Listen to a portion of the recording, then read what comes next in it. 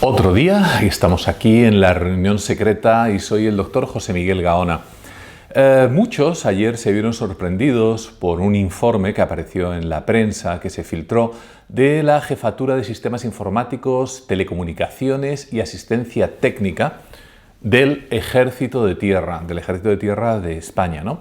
En el que advertían sobre una serie de cuestiones en relación a la evolución, que creo que es algo que nos interesa a todos.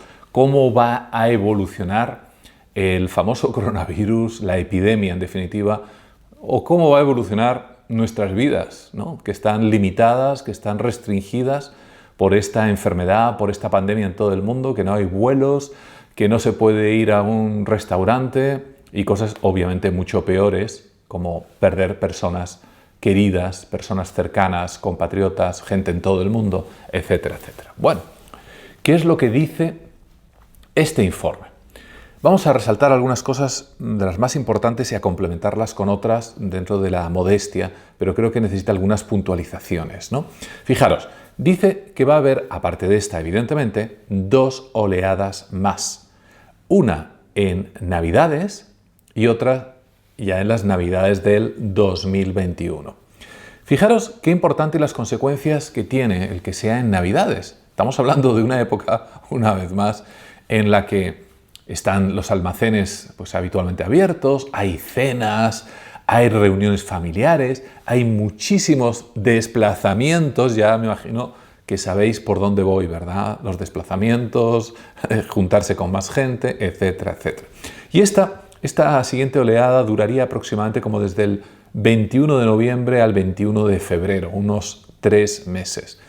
Y fijaros qué interesante, porque quizá, ojalá que no, pero sea una época un tanto anómala, porque hay algo que no dice el informe, y es que va a coincidir, como todo el mundo sabe, con otra oleada del virus de la gripe. Por ejemplo, mirar este gráfico del CDC norteamericano, qué sucede entre la semana más o menos 48 y la 12 del siguiente año, ¿no? Hay un montón, unos picos de cada año en la cual se presenta, todos lo sabemos, una y otra vez.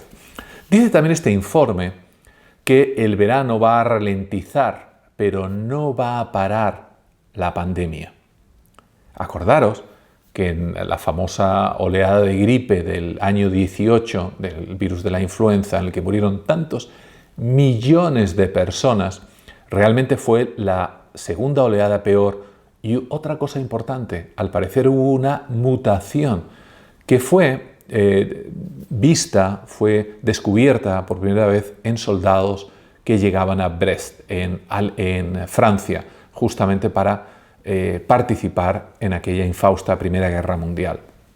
Y fijaros una cosa importante también, os he encontrado también un artículo que analiza cómo sucedieron esas oleadas y las diferencias entre la primera y la segunda. Como siempre, por si se me olvida, los vínculos, los enlaces se encuentran en la parte inferior del vídeo, donde pone mostrar más.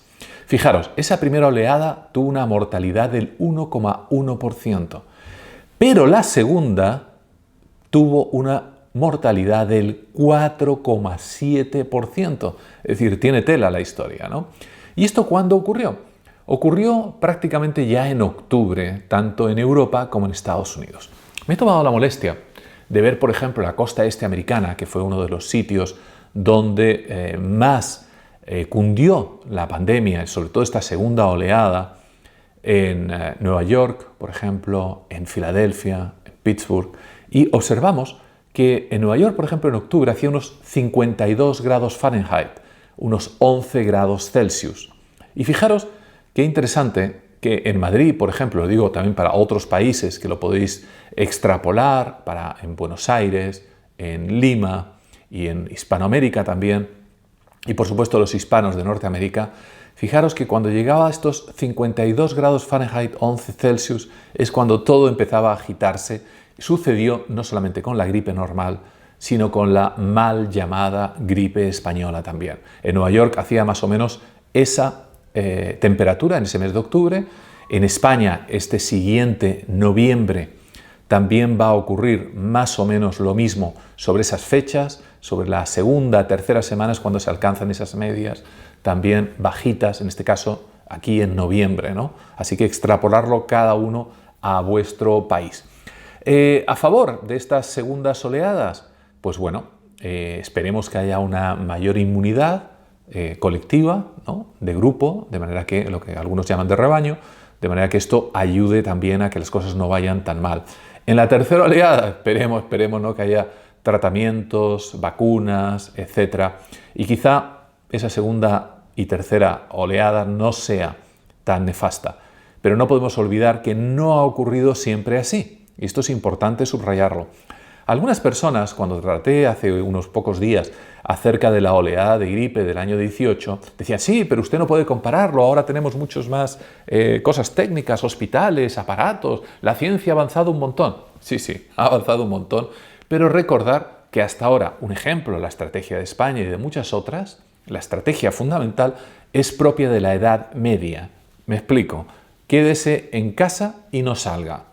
Es decir, a lo mejor hemos tenido respiradores, que ha sido su uso un tanto controvertido con el tema del descubrimiento de la coagulación intravascular, pero no hemos avanzado tanto como podríamos esperar. Así que tenemos que seguir tomando las precauciones.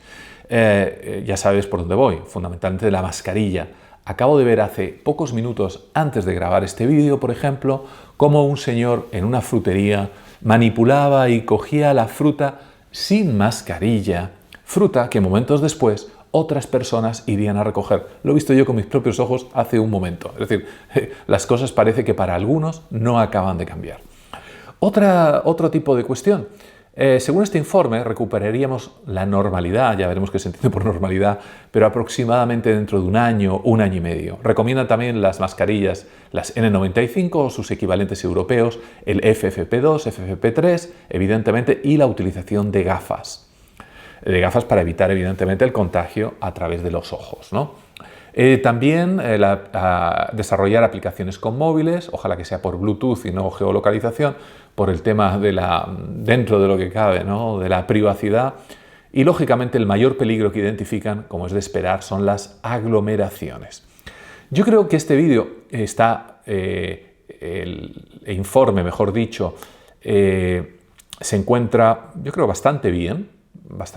No podemos tampoco tirar cohetes de ello, y olvida, yo creo, la coincidencia con la epidemia de la gripe, lo cual puede crear una saturación de los servicios sanitarios, y eso, una vez más, concurra en que tengamos problemas con el otro virus, también con el coronavirus. Olvidan las mutaciones que ocurren con bastante frecuencia, también es verdad que mutan muchas veces de manera benigna, es decir, que pierde efectividad, como de hecho ocurrió con el SARS en Europa. Evita también hablar de los distintos comportamientos del virus. Hemos hablado de temperatura, pero todos sabemos el desastre que ha ocurrido en Guayaquil, porque seguramente también han coincidido otro tipo de factores. Entonces, bueno, quizá no muchos recuerden o sepan quién era Jorge Agustín Nicolás Ruiz Santalla y Borrás, o quizá George Santalla, como le llaman los americanos, pero fue aquel pensador, filósofo, escritor español que luego se fue a Estados Unidos, que decía eso de los que no recuerdan el pasado tienden a repetirlo. No sé si George Bernard Shaw, casi contemporáneo, también agregó otra frase que creo que es muy interesante, ¿no? Lo que podemos aprender de la historia es que los hombres no aprenden nunca de la propia historia. Y con esta frase para reflexionar, escojan ustedes la que más gusten, les dejo hasta mañana, en el que haremos otro vídeo que esperemos os guste también, pero mientras tanto, por favor, una vez más, la mascarilla y las precauciones. Esto es un camino largo, no lo hemos acabado todavía, así que estemos prevenidos ante lo que viene, vamos normalizando todo, pero para no retroceder tenemos que tomar esas precauciones y aprender de lo que ha sucedido en el pasado. Así que, hasta entonces, como siempre, mucha, pero que muchísima, mucha y mucha más fuerza.